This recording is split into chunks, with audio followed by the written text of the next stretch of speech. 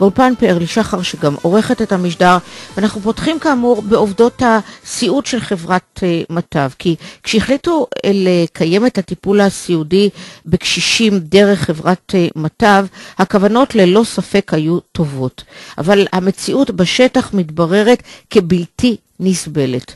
שלום לבהירה. שלום וברכה. וזה שם בדוי כי את חוששת בעצם לומר. ספרי לי על המקרה שלך. קודם כל, מה גרם לך להפך בעצם לתלויה באחר? כי אני כבר בת 78 ועקב דלקת פרקים ולא יכולתי לתפקד ונפלתי בבית, קיבלתי מכה בגב. אז קיבלתי 10 שעות שבועיות מדרך הביטוח לאומי. אז העובדת מגיעה אליי וזה בסדר, אני אבוא כל פעם שעתיים, פעם היא חולה, פעם הבן שלה חולה, פעם היא לא באה, ובסוף החודש אני צריכה לחתום לה. עבדה אצלי בסך הכל 20 שעות, והייתי צריכה לחתום לה על כל השעות. מה זאת אומרת היית צריכה? בואי נלך לאט לאט כדי שהציבור יבין. לך המקרה מאוד מאוד מוכר, כי את חווה את זה יום יום, אבל אנשים אחרים שרק מאזינים לנו, אולי הם לא יודעים על מה אנחנו מדברים בעצם. נכון. כי פשוט הם מונים את המבוגרים, הם מונים את הזקנים, זה לא רק אני שמעתי את זה מהרבה חברות שבאים אליהם לחצי שעה ואז הם הולכים, אבל הבן אדם צריך אותם, הם צריכים להיות שעתיים בשבוע, ניקיון הם לא עושים, אם הם באים לרופא אז הם באים איתך לשעה ואז לא רואים אותם בכלל. אז מה הועילו חכמינו שקיבלנו דרך ביטוח לאומי ואנחנו לא מקבלים את השעות? מה הן אומרות לך? מגיעה אלייך עובדת, היא עובדת קבועה, כלומר זו אותה מטפלת שמגיעה בכל פעם או שהן מתחלפות? לא מתחלפות, אותה עובדת, אבל כל פעם יש לה משהו אחר. פעם היא לא מרגישה טוב, פעם הבן שלה בבית חולים, פעם היא בבית חולים. אני מצלצלת לחברה, שולחים לי כל פעם מישהי אחרת. כל פעם אני לא יכולה למד מישהי כי אני מוגבלת, אני לא יכולה להסתובב בבית. אז אני דיברתי איתה ואני אמרתי לה שאני יותר לא רוצה שהיא תבוא, אני מצלצלת לחברה וצריך שיהיה פיקוח על כל העובדות האלה, המטביות שעובדים אצל אנשים מבוגרים.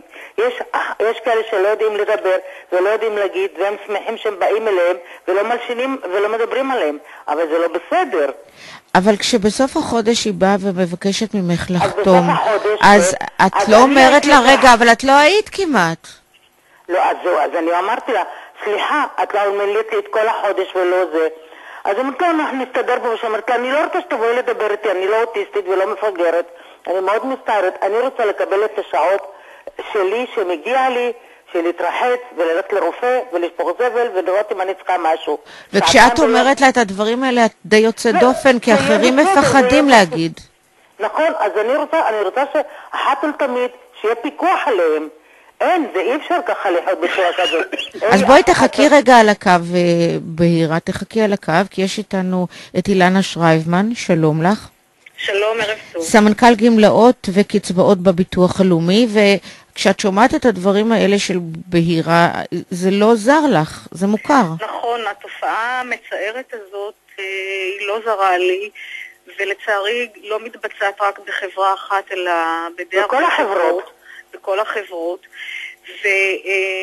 ואנחנו מתכוונים, כבר עובדים ממש באינטנסיביות על מכרז שיצא מאוד בקרוב, כדי למצוא דרך לחתימה אלקטרונית שלא תחייב את ההחתמה של הזקן על מספר השעות שהקשיש עבד, אלא דרך אחרת שבה נוכל לוודא מה מספר השעות האמיתי שהמטפלת עבדה אצל הקשיש. רגע, ואיך זה יהיה? איך זה יעשה בפועל? איך אפשר יהיה לחתום על שעון? אנחנו מחפשים דרך טכנולוגית,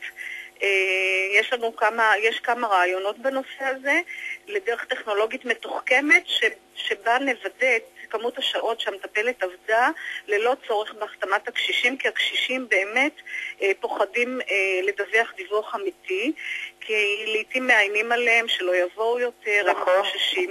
ואני רוצה דווקא לנצל את ההזדמנות הזאת שאת פנית ולהגיד שאין מה לחשוש, כי זה ממש דבר לא חוקי מה שהמטפלות עושות, ויש שתי אפשרויות, או לפנות לאותה חברה ולהטריע לתופעה ולבקש להחליף את המטפלת, או אפילו לפנות לחברה אחרת. בכל אזור בארץ יש כמה וכמה חברות שעובדות, לא צריך להיצמד דווקא לחברה מסוימת אחת, אפשר לפנות לחברה אחרת. אבל נראה שזה לא תופעה שבאה כן, מחברה, אלא שהן ככה רגילות כבר, הן אומרות, טוב, אם אפשר.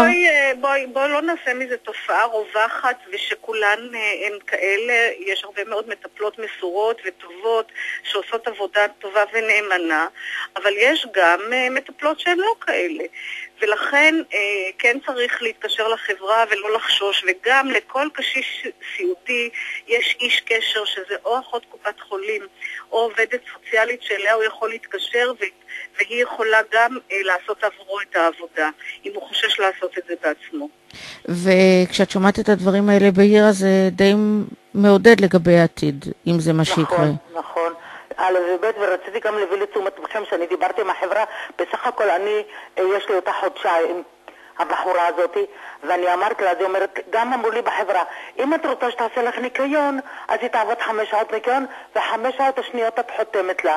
כאילו שיצא לה 40 שקל שעה ולא 20 שקל שעה. אז למה על חשבוני אבל?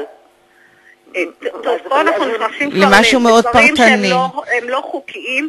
העובדת הסיעודית, המטפלת הסיעודית לא נועדה לצרכי עבודות ניקיון. צריך מאוד להיזהר להפריד בין הדברים האלה. לא ניקיון כל הבית.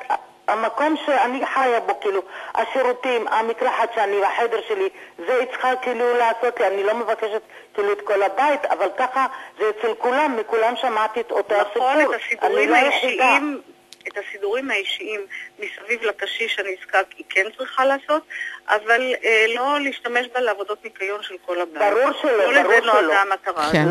לי יש עובד ניקיון שמנקה לי את הבית פעם בשבועיים. ממילא. אני מקווה שהנושא יסתדר. בתוך כמה זמן את חושבת בעזרת השם, אני מקווה שזה יסתדר.